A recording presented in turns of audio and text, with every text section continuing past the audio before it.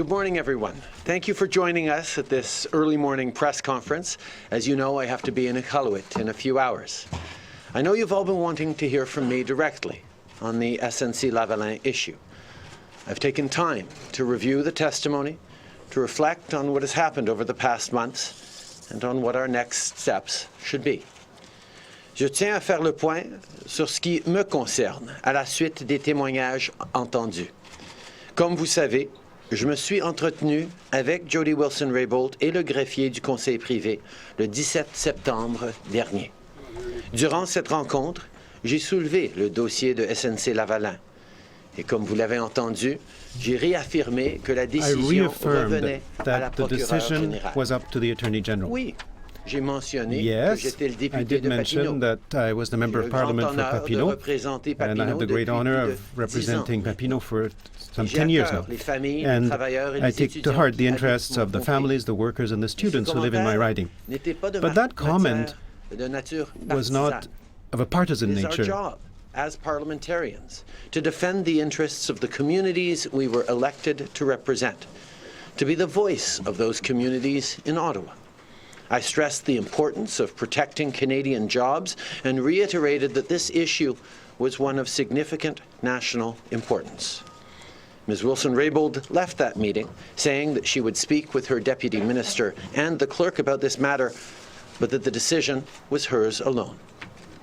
In the months that followed that meeting, I asked my staff to follow up regarding Ms. Wilson-Raybould's final decision.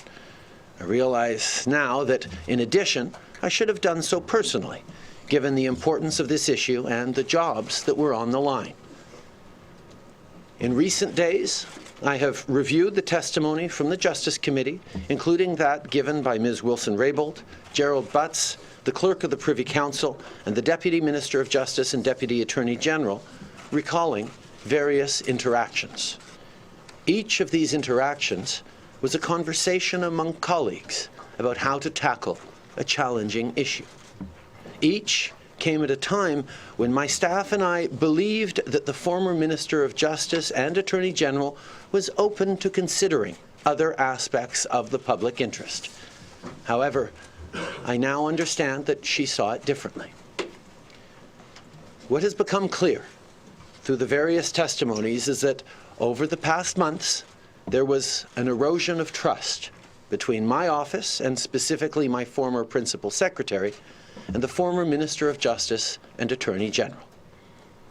I was not aware of that erosion of trust.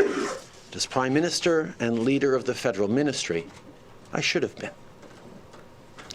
Après plusieurs témoignages, ce qui est devenu clair, c'est qu'au cours des derniers mois, la confiance s'est érodée. There had been an erosion of trust between my office, more specifically my former Principal Secretary, and the former Minister of Justice and Attorney General. I was not aware of that erosion of trust, and as Prime Minister and leader of the Federal Ministry, I should have been. Many people have been sharing their advice, perspectives, and experience with me over these past weeks. What is clear is that there are many different styles of and approaches to leadership. There's one theory that the most effective leaders are adversarial and almost tough to a fault. That's not what I believe. I believe that real leadership is about listening, learning, and compassion. It's about the push and pull of robust discourse and honest debate. It's about transparency and accountability. One of the things central to my leadership is fostering an environment where my ministers, caucus, and staff feel comfortable coming to me when they have concerns. Indeed, I expect them to do so. In Ms. Wilson-Raybould's case, she did not come to me, and I wish she had. Because if it's a real relationship, and if we truly are a team, we can always acknowledge when we need to make adjustments. Things won't always be perfect, but there should remain a constant level of openness and dialogue. And that dialogue is crucial on a file as important as justice. savez, je ne veux pas surprendre personne quand je dis que mon père et moi, when I say that my father and I had different leadership styles. mais je peux aussi vous dire But I can also tell you que parmi les that dossiers qui lui amongst étaient les plus chers, the files that were dearest to pour moi him aussi, and to me as well, c'est ce dossier de la justice. the justice file stood out. It is something that I was immensely pleased to discover, that the new Prime Minister's office in the West Bloc was an office that was occupied by my father when he was Minister of Justice. And throughout his career, he was dedicated to that principle of justice, the just society, the Charter of Rights and Freedoms.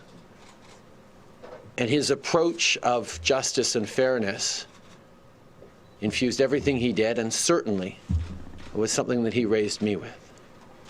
So as I look at the different departments and responsibilities and things that a government must do, the justice file has always been one that has been of particular importance and interest to me. C'est quelque chose qui m'a toujours tenu à cœur et dans lequel has always been close to my heart, something that I've always been very, very interested in, and the work that we've done over the past few years on justice issues was always very important to me. Issues such as reconciliation, such as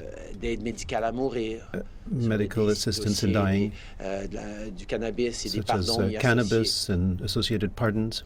Those principles of justice are fundamental for me in what we are as a country, what we want to be as a society.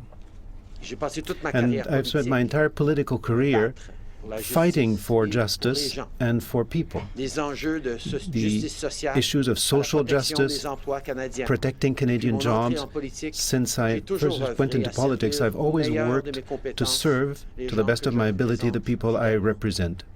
The SNC-Lavalin file was not an exception. SNC-Lavalin is a company that employs 9,000 Canadians across this country. They create many thousand spin-off jobs in peripheral industries. They, directly or indirectly, put food on the table for countless families as one of Canada's major employers. But they are also a company facing serious criminal charges. The context is a tough one, with potential job losses in the thousands. These are the types of situations that make governing a challenge. And when there's an erosion of trust within the people involved, it further complicates what is already a difficult decision for the Attorney General. This has been a tough few weeks.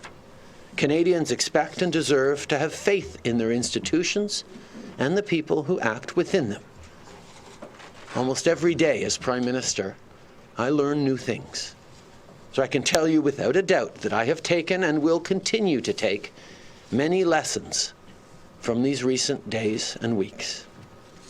We're going to be soliciting advice from outside experts on a number of files related to the issues that have been raised over the past few weeks, including the twin roles of Minister of Justice and Attorney General, as well as operational policies and practices of Cabinet, the civil service, and political staff on legal issues and more broadly.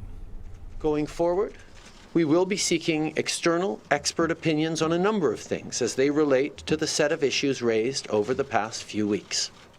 This includes the dual role of the Minister of Justice and the Attorney General, as well as the operating policies and practices across Cabinet, the public service, and political staff as they relate specifically to judicial matters, but also more generally. Ultimately, I believe our government will be stronger for having wrestled with these issues.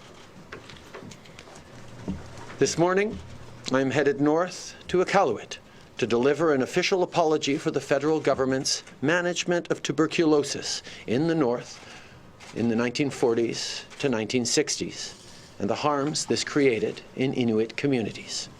This is an important day, and this apology will be another defining moment along the road to reconciliation. Our government has said from the very beginning that there is no relationship more important to us than the one we share with Indigenous peoples. That remains true, and we will work hard to advance reconciliation each and every day. On Friday, I'll be in Toronto, marking International Women's Day with incredible young leaders. I plan to listen and learn from their lived experiences as we talk about how we can work together to deliver true gender equality in this country and around the world. Et la semaine prochaine, next week, et toutes les autres semaines qui suivront, every other week thereafter, my government and our Liberal team will focus on the mission that voters entrusted to us, building a strong economy, attract better jobs, and create better opportunities for Canadians in the middle class. After all, that's what we're here for. Thank you for being here this morning. I'd be happy to answer your questions.